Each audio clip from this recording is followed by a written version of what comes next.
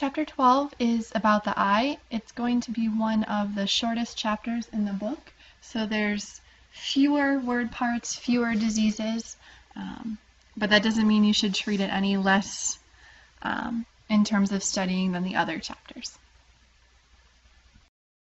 First thing we're going to take a peek at is the structure of the eye itself.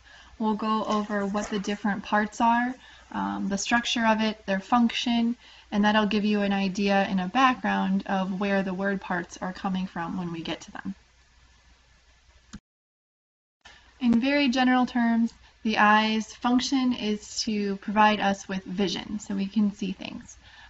They are located in the skull holes called orbits, and as you probably already know, only a small portion of the eye is actually visible from the outside or exterior of the body. The majority of the eye is actually inside the skull cavity. Here's what you can see from the exterior of the body in terms of the eye. Obviously you all know what eyebrow and eyelashes and whatnot are. The pupil, it appears to be a black colored spot in the middle of the eye. However, it's a hole, and it will expand or contract based on what kind of lighting you're in to allow more or less light in through the eye. The iris is the colored portion, so whatever color eye you have, that's the pigmented section, and its job is to help control the size of the pupil. So when you go outside in the sun, it's really bright. The iris causes the pupil to contract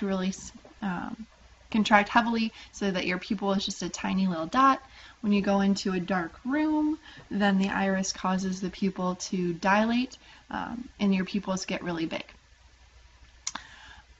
The other major parts on here include the conjunctiva, which is kind of looking like it's the white eye or white part of the eye on this picture, but it's not. It's a mucousy membrane that covers the white of the eye, and we'll get into it, but the white of your eye is called the sclera.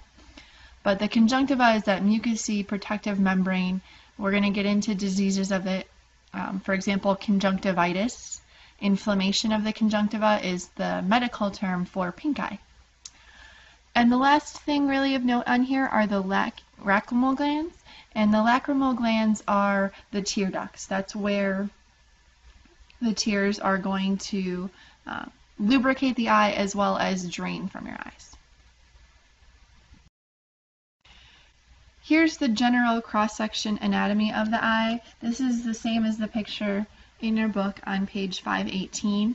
The next few slides are just going to kind of run through what those different parts are and kind of what their function is. And then we'll get into the diseases and disorders. As I mentioned previously, the sclera is that outer protective layer. There's a few different layers to the eye. There's the sclera, the choroid, and the retina. And the sclera is the white of the eye that we can see from the outside. Another part is the cornea. The cornea is just a clear part that is in front of or anterior to the sclera, and it allows light to go into the eye. The choroid is the middle layer or middle protective layer of the eye, and that's where you find all the blood vessels that bring nutrients to the eye itself. The iris, as seen in the previous slide, is that pigmented section that helps control the amount of light going through the pupil. And that's where you get your particular eye color. The pupil is just a hole or the opening in the middle of the iris that expands or contracts based on the amount of light in your surroundings. The next structure is the lens. It sits right behind the pupil. It looks kind of like a big white oval in this picture. And its job is to bend to focus the light towards the back of the eye. So it focuses and bends the light so it all comes together in one spot in the back of the eye. The retina. The retina is that innermost layer of the eye, and that's where the vision receptors are. So that's where the light comes into the eye and it stimulates the receptors that can then interpret whatever it is that you're seeing. And so those lie on the back of the eye, on that inner lining of the retina there. There are two liquid portions of the eye, and they're called humor. The aqueous humor is in the front part of the eye, so it sits right in front of the iris, and its job is to just give nourishment to the eye as well as help it maintain its circular shape. The vitreous humor sits behind the lens and basically fills a majority of the eye. It's this jelly-like liquid, and it helps keep the eye's shape.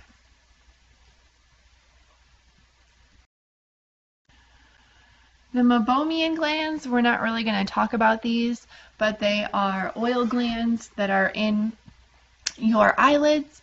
That's function is to help lubricate the eye. Similarly, the lacrimal glands are the ones that produce and drain your tears. So for example, if you have, a dry eye condition, it could be an issue with either one of those particular glands. The optic nerve is considered part of the eye. Once the visual light comes through the eye and triggers the receptors on the retina, then that information is sent through the optic nerve at the back of the eye to the brain so you can interpret what it is you're seeing.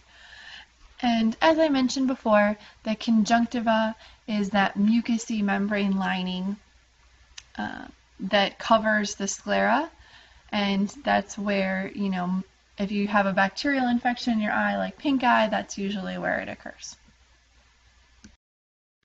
This slide is just giving you the general gist of the pathway that light travels from the outside world to where you actually interpret it.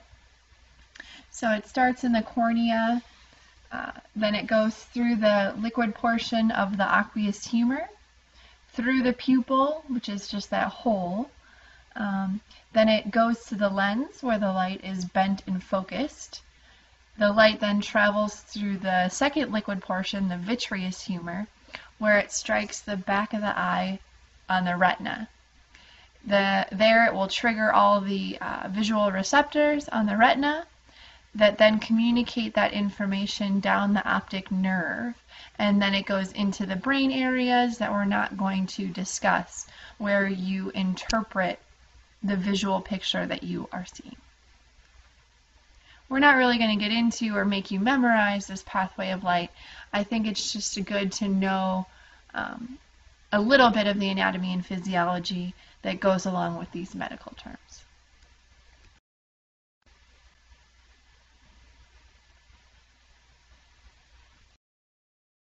Here are the combining forms that we're going to be using in this chapter for the eye. The first one is blepharo. Again, the PH makes that F sound. It doesn't really sound anything like what it's relating to. It means the eyelid. So whenever we have some kind of condition with the eyelid itself, we're going to use blepharo. The next is conjunctivo. Straightforward is the conjunctiva. And note here that there are 3 combining forms that mean pupil. We have choro with no E, choro with an E, and pupillo.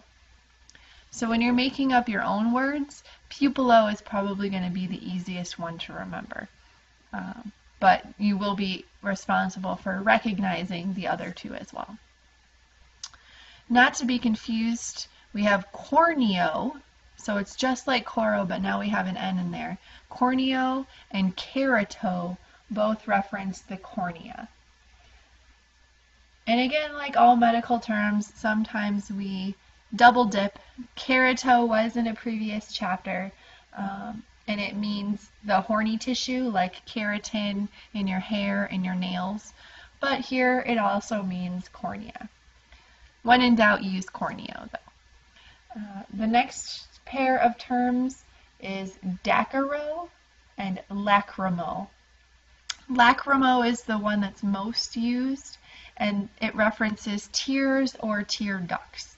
So it could be either the duct itself or the tears that are produced from those ducts. Irido and iro both mean iris. Oculo and ophthalmo. That one's really tricky to remember, or at least in terms to pronounce. They both mean eye. So oculo, you can think of like ocular or binoculars, for example. Ophthalmo, ophthalmo, is most commonly used if you said, ophthalmologist. That would be the person that you would go to, to have your eyes looked at. Opto means vision. So you can also go to an optic doctor as well to test your vision. An optician is a person who just looks at your vision. They don't necessarily look at the health of the eye itself. Phaco, with a C or with a K, both means lens. Again, not really sounding at all like what it actually references. Retino is retina and sclero is sclera. If you have your pictures or diagrams to study from in front of you, now would be the time to add these combining forms to study. You can also do the figure A on page 521 to fill in those combining forms to use that as a study tool. Here I just want you to make a special note on how to spell ophthalmo. Remember, it's ophthalm/O. Most of the time people forget the first H. And just keep in mind that spelling does count when you're making up your own medical terms on testing situations. Here are the rest of the combining forms in this chapter. There's only a few that don't reference the anatomy itself, but are often used together. One of them is cryo. I think we've seen this one before, but cryo means cold. So any situation or any procedure where you might use, a cold laser or some kind of cryogenic procedure, obviously, then you would use cry. Diplo. Diplo means two or double. You have two eyes, but in medical terms, maybe you have double vision. We'll use diplo. Iso means equal. So think about a situation where, your eye prescription is the same in both eyes, or you have equal vision in both eyes. You might use iso. Photo, hopefully you all know photo means light. Think of like a photograph is a picture with light. Photosynthesis means to make with light. And the last term on here, tono, means tension or pressure. We're going to see this a lot when we talk about the liquid portion of the eye, those humors. Sometimes if the eye is injured or diseased, perhaps you lose some of that fluid and lose pressure in the eye, which can lead to all kinds of issues. So if you want to take a moment to add these to your diagrams as well. The last thing before we actually get to the diseases and disorders are a pair of prefixes and some suffixes. I'm guessing that you've learned bi and bine both mean two at some point in your previous schooling lives. In suffixes, we have opia or opia, depending on how you want to pronounce it. And it means vision. But in this case, it means some kind of condition of vision. So you could have a myopia, for example, and a few different opias that are relating to a condition of how well you can see. Phobia. I'm pretty sure that most of you know phobia is an abnormal fear And you might ask, why is this in the eye chapter? But we'll see a medical term in a little bit that uses it. And plagia, with a G, plagia, means paralysis. We saw this previously in the chapter where we had, panplegia, paraplegia, when you're talking about limb paralysis. But here, it could be paralysis of, one part of the eye, or the, optic nerve that controls the impulses coming through one of those eyes. Here I'm testing your memory of how you would spell ophthalmo. And remember, PHTH, ALMO. So if you just remember PHTH, then you should be in pretty good shape.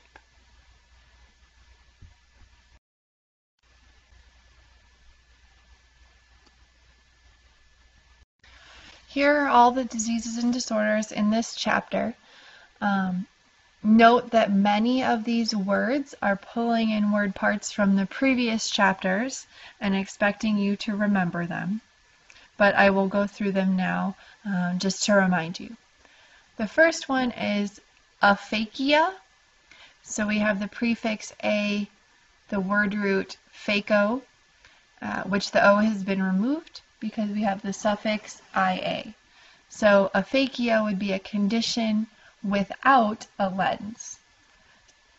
So in this case, that's usually a congenital condition, but it could also occur as a result of a cataract issue, and we'll get into what a cataract is a little bit later. There's a number of itises on this slide.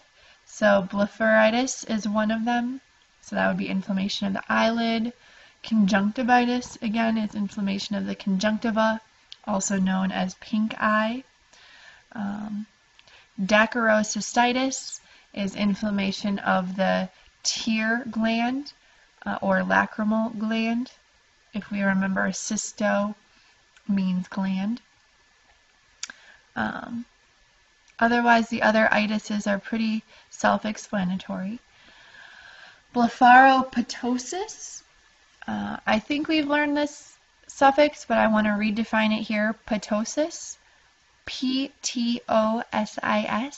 means drooping. So, for example, blepharoptosis would be a droopy eyelid, meaning that it doesn't, stay open. Your eye doesn't appear to be staying open because your eyelid can't go up all the way. Apia or opia is another suffix, so diplopia would be a vision of double or double vision. Plagia, again, is paralysis, so iridoplasia is when you have paralysis of the iris. So in this case, it wouldn't be able to control the size of the pupil and regulate the amount of light coming into the eye. Another word, keratomalacia. Think about what malacia means as a suffix. Hopefully you remember it means a softening. So keratomalacia is a softening of your cornea. Let's see.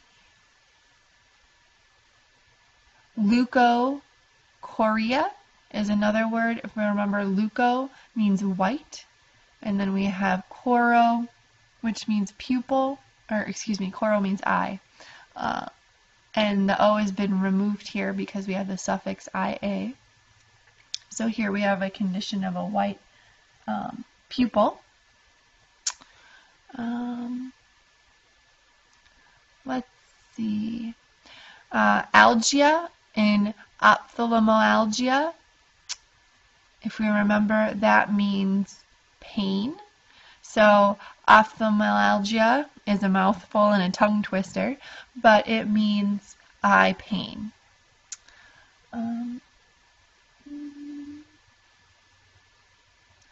Otherwise, retinopathy, if we remember, we've always seen pathy in every chapter, means a disease.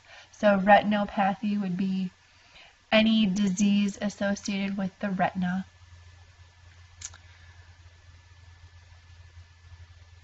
And the last one that you might not remember is retinoblastoma. So if you remember to the cancer chapter, oma is a tumor. Blastoma has to do with developing tumor cells. So this would be a tumor of the developing retinal cells. And this usually is a malignant type of cancer. But the rest you can kind of pick apart based on the word parts that are associated, and we've seen these before. Take a moment now and work on exercise 11 to put these words into practice.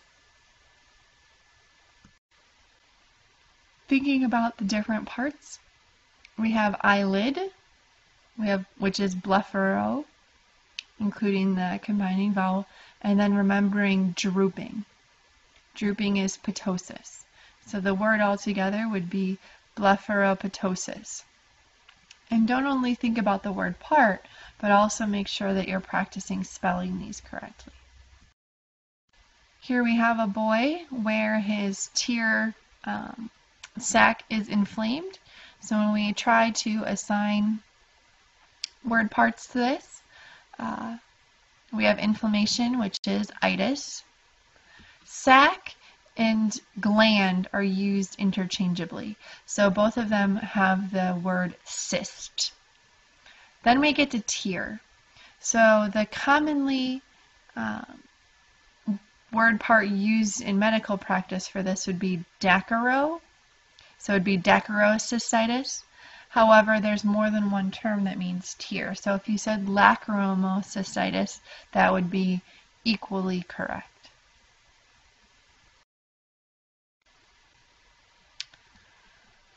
When you see this spelling, you should immediately choose B. Anytime we have medical terminology with an F sound, I would say 99% of the time it's not an actual F. It's always going to be a PH making that F sound when we think about this.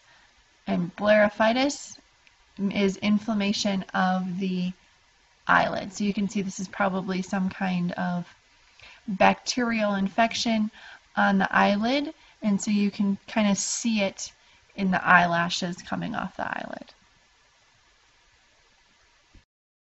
So here's the list of diseases and disorders that are not built from word parts.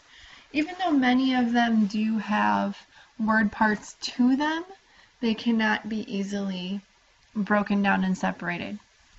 The first is amblyopia. So it does have that opia suffix, but it means that you have reduced vision in one eye. And this could, be something that you're born with, or for some reason you have reduced vision, also called a lazy eye. So it's a fancy word for a lazy eye. And your brain kind of shuts off what that eye is seeing, so you don't have a double vision. The next one, astigmatism, abbreviated AST, and that's when you have slightly blurred vision. There's an issue with either the cornea or the lens not bending the light correctly, so it's not focused in on one point at the back of the eye. Rather, it's at a few, so it causes a bit of a blurry image. It's a fairly common condition. Cataract is another common condition, especially with elderly people. It's where the lens of the eye begins to cloud over, and as it clouds over, you lose the ability to, see in those areas. You can see just kind of those white clouded portions. The next one, a little weird to pronounce, is a chalazion. And a chalazion is where you have a blocked oil gland in your eyelid. So it causes this, bump in your eyelid. There's a picture of it on 529 in your book. It's also called meibomian cyst because the meibomian glands are in those eyelids that help lubricate the eye. But it's not any kind of infection, it's just blocked in some way. The next is a detached retina. So the retina is that inner lining or inner layer of the eye where the light focuses, and that's where the visual receptors are. So whether it be due to a disease or an injury, sometimes the eye can kind of pull away from the next layer, the choroid in the back of the eye. As you can imagine, that can lead all kinds of visual images. Next we have glaucoma. It's another condition you've probably heard of before, but glaucoma is when the pressure inside the eye, so we talked about how there's fluid in the eye, the aqueous humor and the vitreous humor, and so what happens is for some reason the intraocular pressure or the amount of fluid begins to build and create more pressure, and it can put excess pressure on the optic nerve and cause damage and vision loss that way. Next term is hyperopia. So again, we have that opia suffix, so you know it's pertaining to vision. Hyperopia is the fancy word for far-sightedness. So you have an ability to see things far away clearly, but you have difficulty seeing things up close clearly. The opposite of that is myopia. Myopia is nearsightedness, so you can see things close up really clearly, but you cannot see things far away. The words that I skipped, macular degeneration. So this is a progressive disorder, so slowly over time the retina begins to deteriorate. And as the retina deteriorates, that's where all the visual receptors are to interpret the things that you're seeing. So therefore, your vision declines as the retina deteriorates. The next one is nyctalopia, and this one is the same as night blindness. Nyctal is a word part that's often used in reference to night. So nyctalopia is night blindness, or you're having difficult vision at night. The next term is nystagmus or nystagmus. And this is when you have involuntary jerky movements of eyes. So it's not a harmful condition, it's not painful, but there are a few individuals out there where if you try to look them in the eye, their eyes just kind of flutter back and forth all the time. And it's these little involuntary jerky movements. Next we have pinguecula.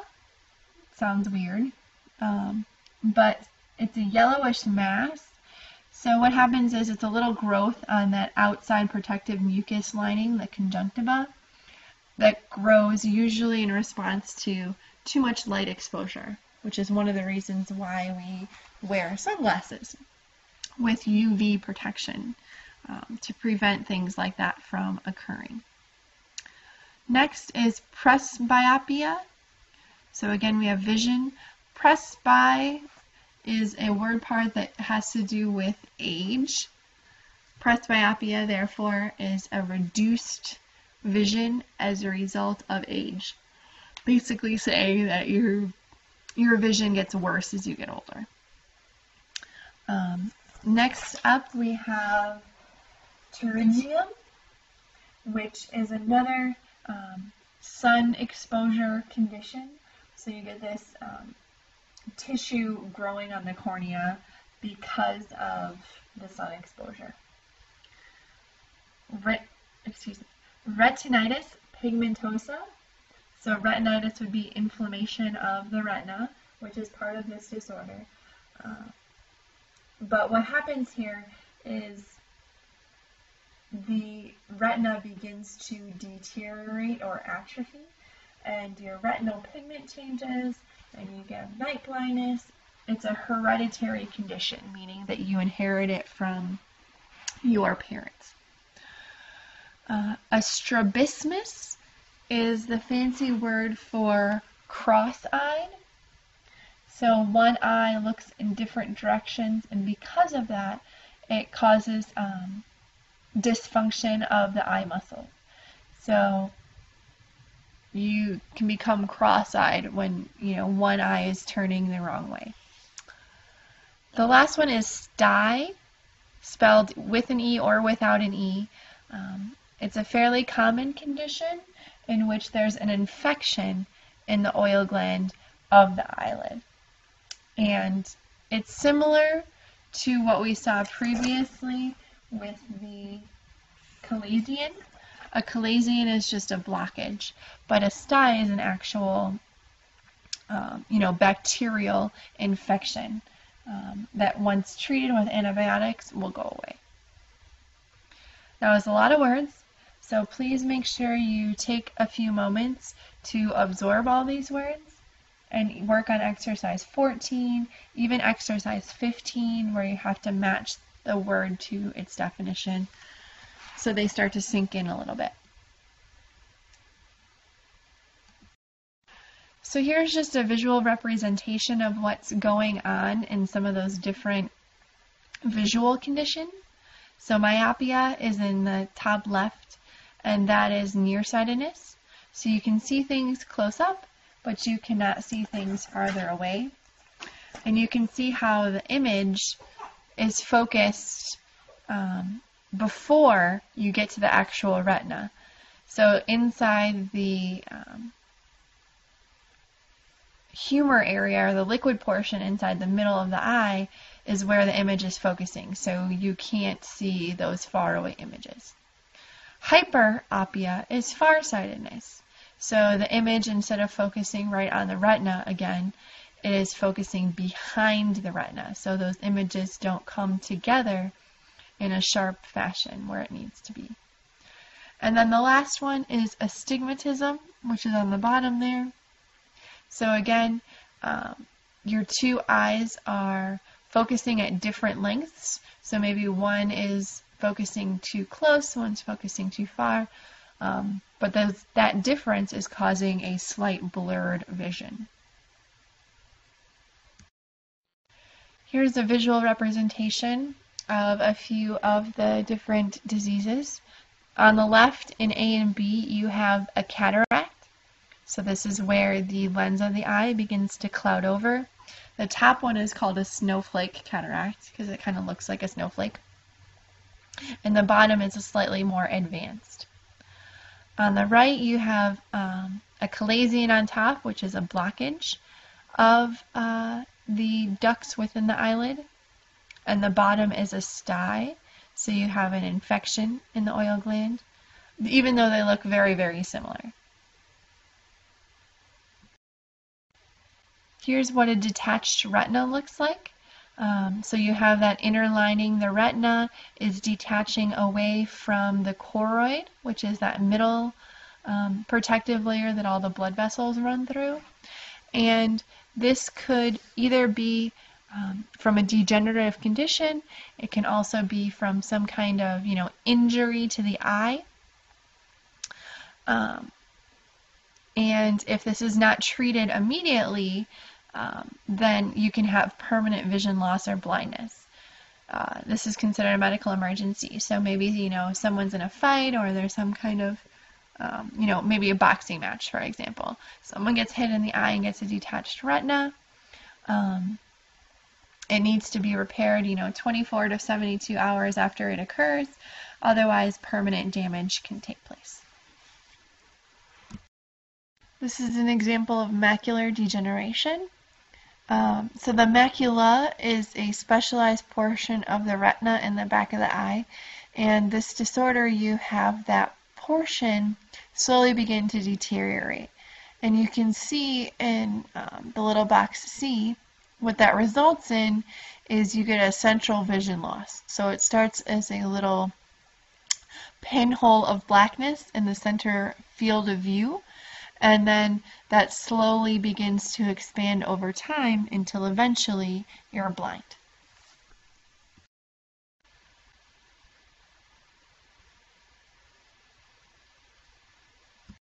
Here are the surgical procedures associated with the eye. There's not too many of them, but there's a lot of suffixes here that have been used throughout the chapters that hopefully you remember.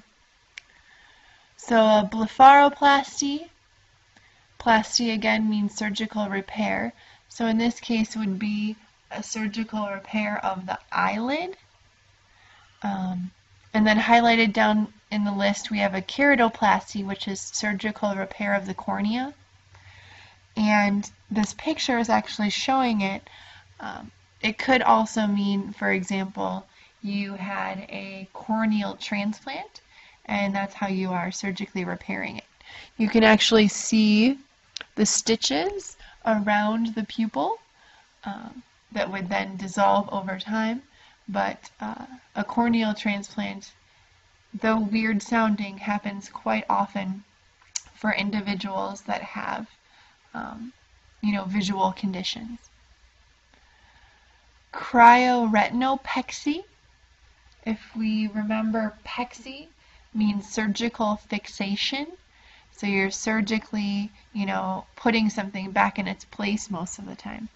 In this case, the retina, and we're doing this using cold, which is where the cryo comes from.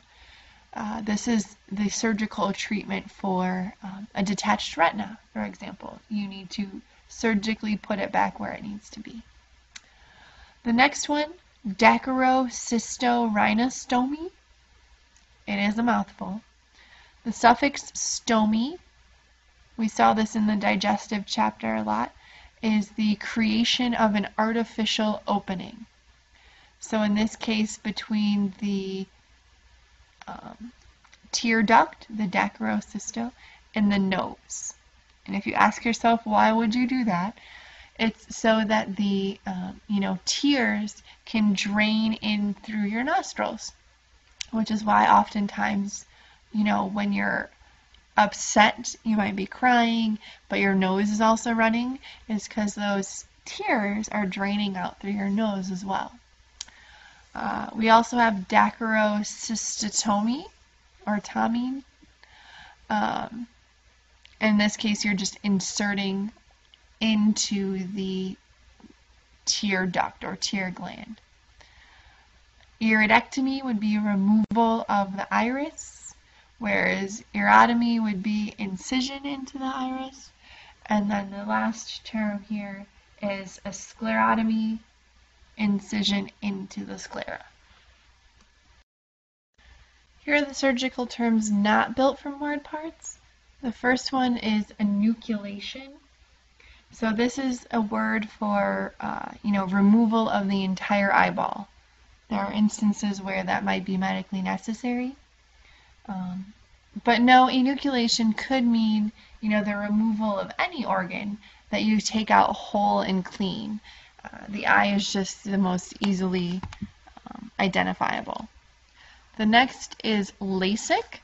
So if you ever heard of anyone getting LASIK, it stands for Laser Assisted In Situ Keratomiliosis.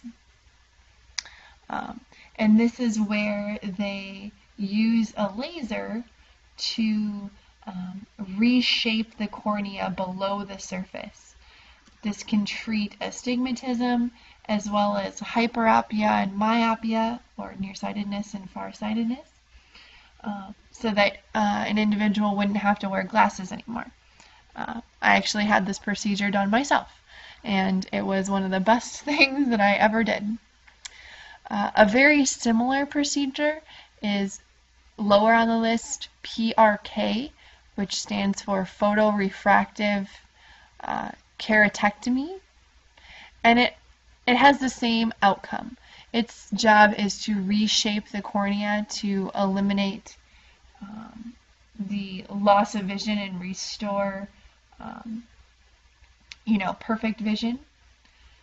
Except in this case, you're reshaping the cornea from the outside surface, whereas LASIK goes below the surface. Phacoemulsification, or phaco for short, is a procedure used to remove cataracts, or the clouding of the lens. So they use this, ultrasonic needle that goes into the lens and basically, shakes around, and then they suck it out. And that kind of breaks up that white cloudy cataract and restores vision. Retinal photocoagulation, as you can guess, has to do with the retina. And if you've ever heard, coagulate means to stick together. So retinal photocoagulation is when you use a beam of light to get retinal tissue to kind of seal or stick together to prevent bleeding of some kind, or issues or lesions in the back of the eye. And there are a lot of visual disorders where that is an issue. Scleral buckling is a surgical procedure that you would use if you had a detached retina. There's a picture of it on page 535 of your book, but the idea is it's basically kind of like a big band that you put around the eye to help restore the connection of the detached retina to the choroid outer lining of the eye. The next one is trabeculectomy, and this is where you have an opening that allows part of the aqueous humor to drain out of the eye.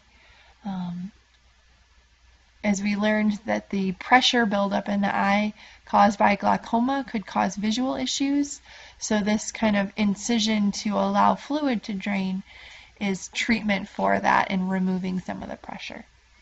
So is a vitrectomy, which is basically removal of part of the vitreous humor. Here's a picture of what they would do in a PRK or LASIK situation. And having gone through it, I can always explain it more.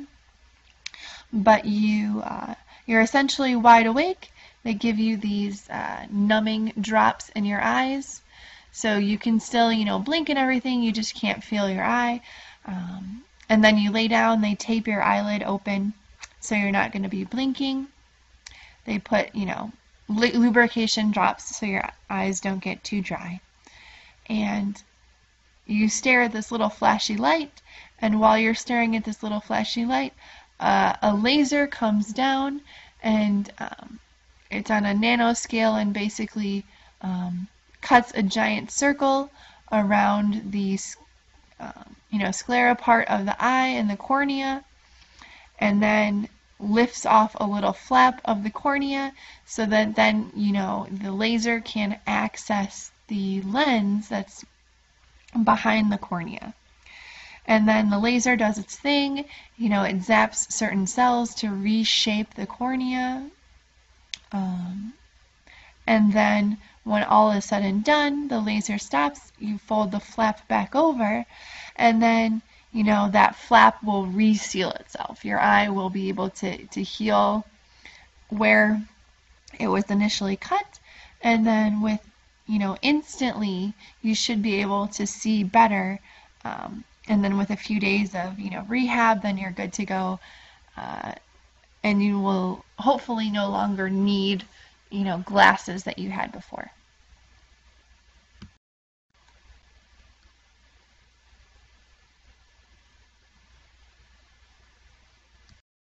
In terms of diagnostics, there's really only one imaging procedure that you do with the eye.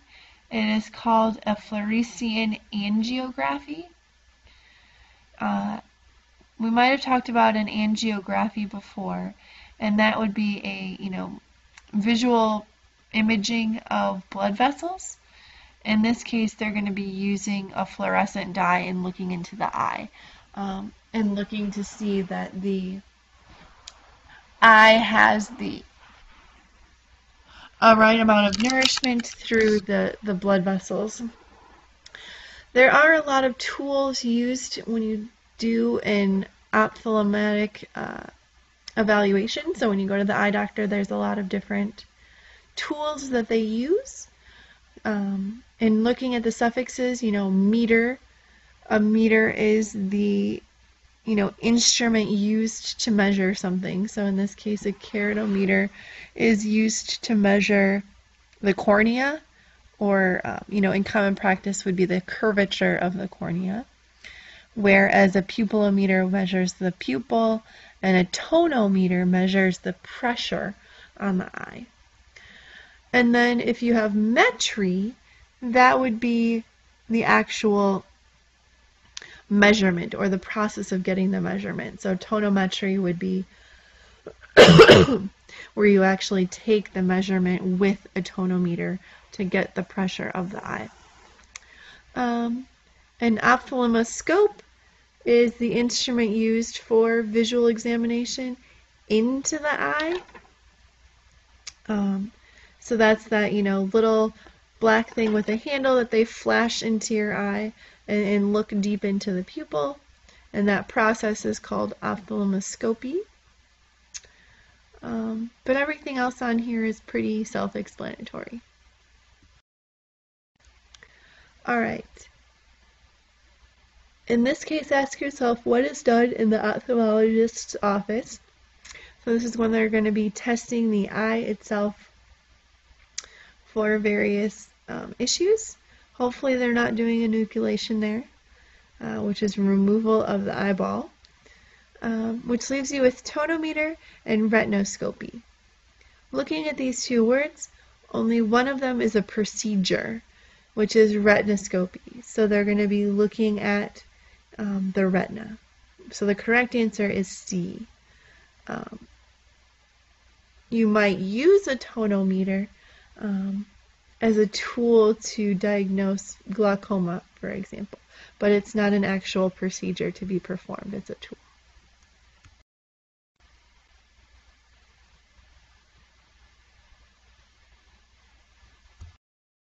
Here we have the complementary terms from word parts. As you'll notice, many of these endings are AR or AL, both mean, and I guess IC also, all meaning pertaining to. A weird word on here is the first one, anisocoria. So this is a condition of absence of equal pupil. There's a lot of parts going on in there, which basically means that your two pupils are different sizes. They're unequal. If they are equal, then that's when we have the word lower on the list, isocoria, meaning a condition of equal pupils. Binocular, pertaining to two or both eyes. Corneal, pertaining to the cornea. Most of these are self-explanatory. As I mentioned before, an ophthalmologist is a person who studies and treats disorders of the eye. So it's not necessarily the, optometrist, the person who, measures your vision. The ophthalmologist would be if you had a disease or disorder of the eye itself. So they study ophthalmology, or PHTH as it's abbreviated. And they study ophthalmopathy, or disease of the eye. Pseudophakia is kind of a weird one. So that would be a fake lens. Just know that that's usually reference to someone who, had a lens transplant to treat cataracts. So they have a fake or someone else's lens. So the last words in this chapter are the complementary ones not from word parts. The first of which is emetropia. The prefix E usually means normal or healthy. So in this case, the word means a normal refractive condition of the eye. So you're basically 20/20. Intraocular lens is a artificial lens that is put in your eye after a cataract surgery. So if you have cataracts, that clouding, this is part of that treatment. Miotic and the other term that's right after it there, mydriatic, they are opposites.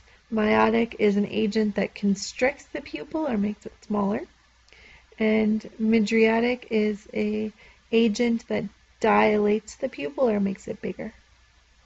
An optician is a person who fills prescriptions for lenses. So, if you wear contacts and you send in your prescription, they're the ones that get it ready. They can't actually prescribe anything themselves. And as I mentioned, the optometrist is the person who prescribes corrective lenses or sometimes eye exercises, depending on the issue.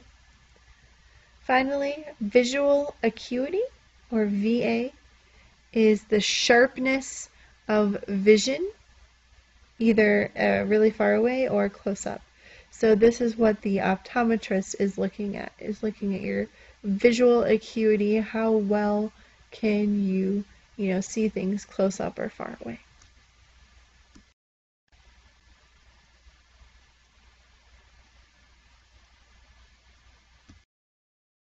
Last but not least, we have the abbreviations. They are next to their full-length word throughout the PowerPoint. They're also on page 544 in your book, but this is just the recap of all the ones used in relation to the eye, and you will be responsible for knowing these on the test.